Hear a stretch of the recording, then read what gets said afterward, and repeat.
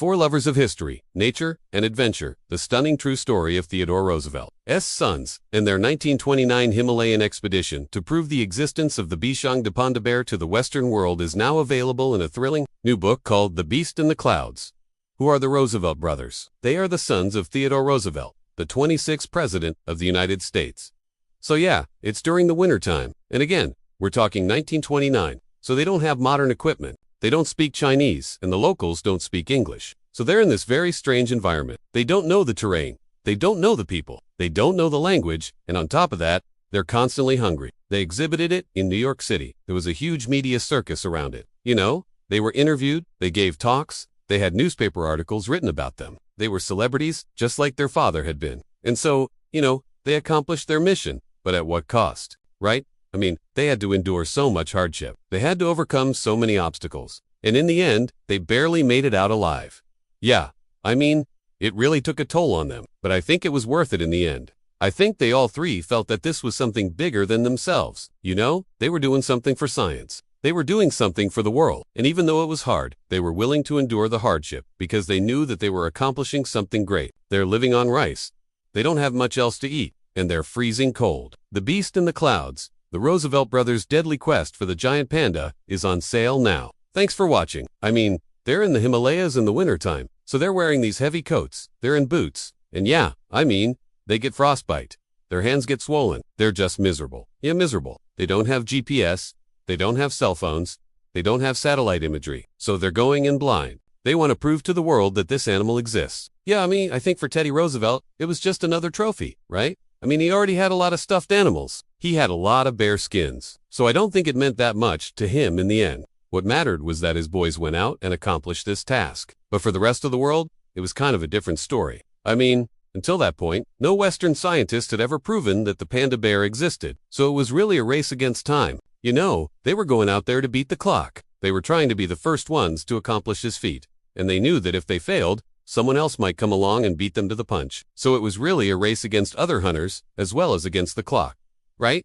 So what role do you think that Teddy Roosevelt's fame played in their quest? Do you think that helped them?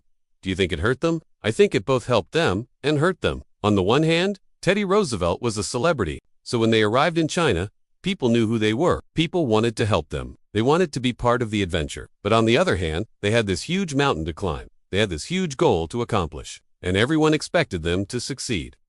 Everyone was watching. Everyone was waiting for them to return the skin of the panda bear. And if they failed, it would be a huge embarrassment. So they were under a lot of pressure. And that pressure really made things difficult for them, right? They're not even sure if the animal exists, but they're going to go out and find it. So let's talk about some of the challenges that they faced while they're on this journey. It sounds like pretty much everything that could go wrong does go wrong. First of all, when they arrive in China, they realize that their porters are lying to them, and they're not taking them to the right places to hunt. So they have to kind of figure out on their own where they need to go. They also get lost. They encounter other hunters who try to steal their stuff. They're attacked by a pack of wolves. One of them gets injured. They have to carry him on their backs. It's just one disaster after the next. Right.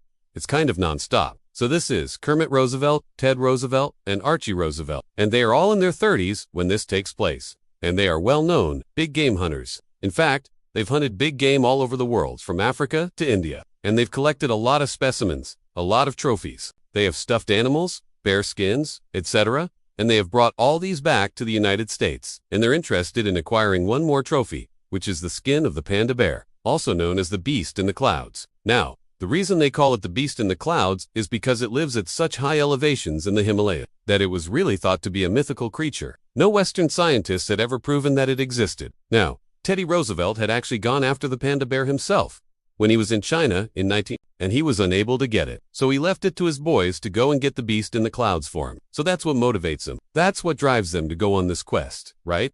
And we should also say that their father was not just a president.